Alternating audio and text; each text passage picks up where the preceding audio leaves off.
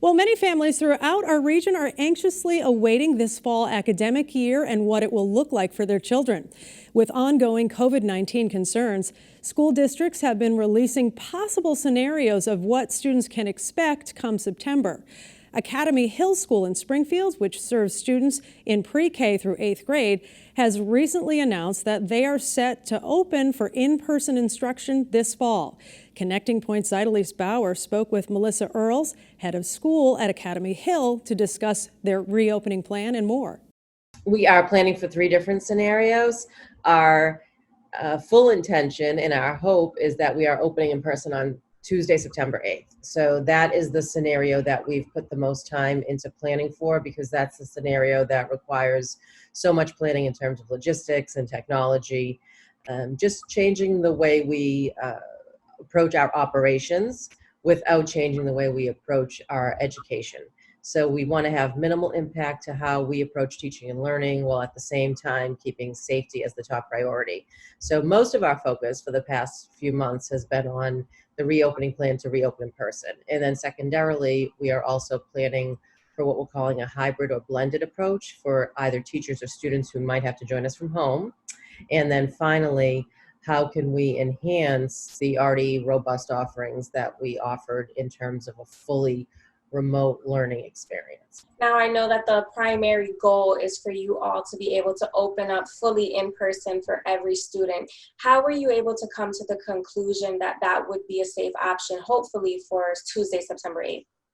I think we're fortunate in that we're a small community with enough of a footprint in terms of our facility. Our classrooms are large enough to accommodate our small class size. Our average class size at this point is 9 to 10 students. So we are able to have all of our students back full-time, which was also very important to us. It didn't seem equitable, and it also seemed unfair to parents to approach a 2-day on or a 1-week on model. So we really were committed to, can we meet and exceed the expectations? So for example, although the state has lowered the expectation for distance to 3 feet, we are still basing our plan on 6 feet. And because of the size of the school and the small class size, we're able to do that. Also, we were thinking about the cohort model. In some cases, teachers are traveling, but not students. We are moving away from cubbies or lockers. Instead, families are bringing in labeled large Tupperware style containers, and we're moving to using those in lieu of cubbies and lockers to minimize traffic in the hallways. We're changing the bathroom protocol to accommodate both distance and occupation limits. So that's where our focus was. Can we get all of our students, our whole community, back into the building full time? And once, logistically, we determined we could do that, then we moved ahead to plan for opening. And I have a terrific reopening committee. I have one of my teachers, Danielle Mays, is in charge of logistics. Our finance and facilities director, Chris Alug, has been in charge of technology, and our director of administration has been in charge of health. We also have benefited from 5 or 6 parents who are healthcare professionals and their consultation. Academy Hill School is pre-K through 8th grade, so it's a Yes. younger group of students. And I know that it's very natural for them to want to be around each other and play like they usually were. Are you concerned that it might be physically difficult for them to social distance? And actually, not only physically difficult, but are you concerned that it may be emotionally difficult for them to understand that as well? Being completely candid, yes, I am. I'm concerned both. I'm concerned about the social emotional health of the students now and the fact that they've been away from us and away from each other for so long. I do think it's beneficial for them to come back, even if it looks different than it had in the spring or in the winter. So I do think they're going to benefit from being together and learning together in this environment. But sure, I'm very worried. We teach them to share. We teach them to work cooperatively. We teach them to collaborate. And these are things that we're going to have to approach differently. So it's certainly antithetical to the way we usually approach teaching and learning, to tell them that they can't share their crayons, for example. You mentioned that you had some input from parents for the Mhm. reopening committee. What has the overall response been from parents about welcoming back students full time in the next school year?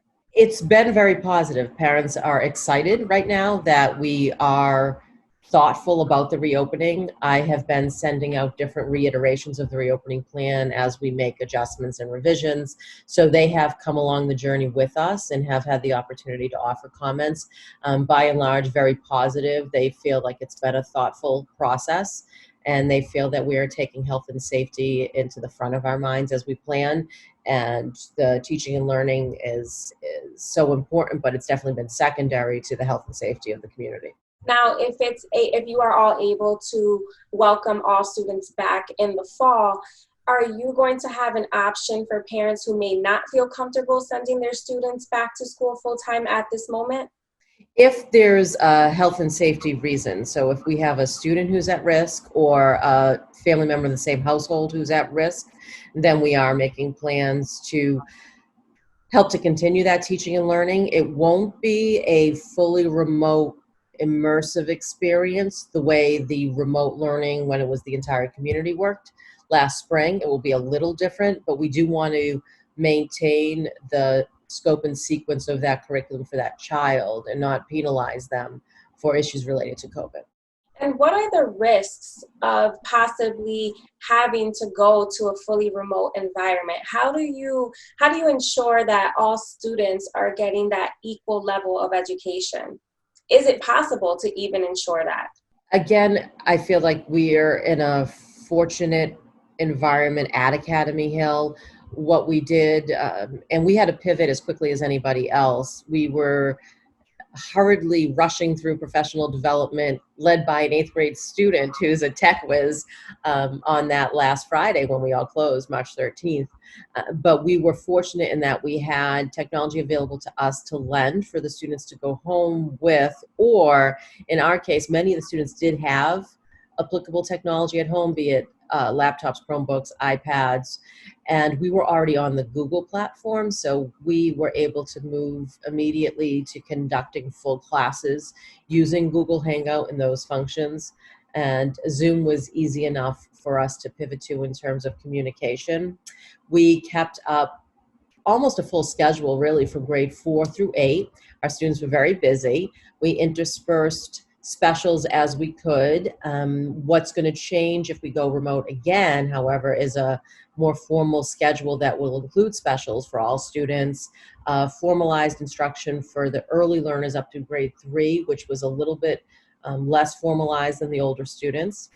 We will continue to maintain social interactions. We had Friday game afternoons on Zoom, for example. We did bedtime stories. I read a chapter book 3 nights a week to students. And then once a week, I read bedtime stories to the young ones. Those kinds of things we are committed to carrying on with. It's really important if you go remote to offer those opportunities for social emotional connection. As head of school, what message do you have to share with families and also with the faculty members for this upcoming academic year? There's going to be several things that we have to keep in mind. First, we need to be patient and flexible with ourselves and with each other. That will be the key, as it was last spring. Things could change on a dime again, and we don't know.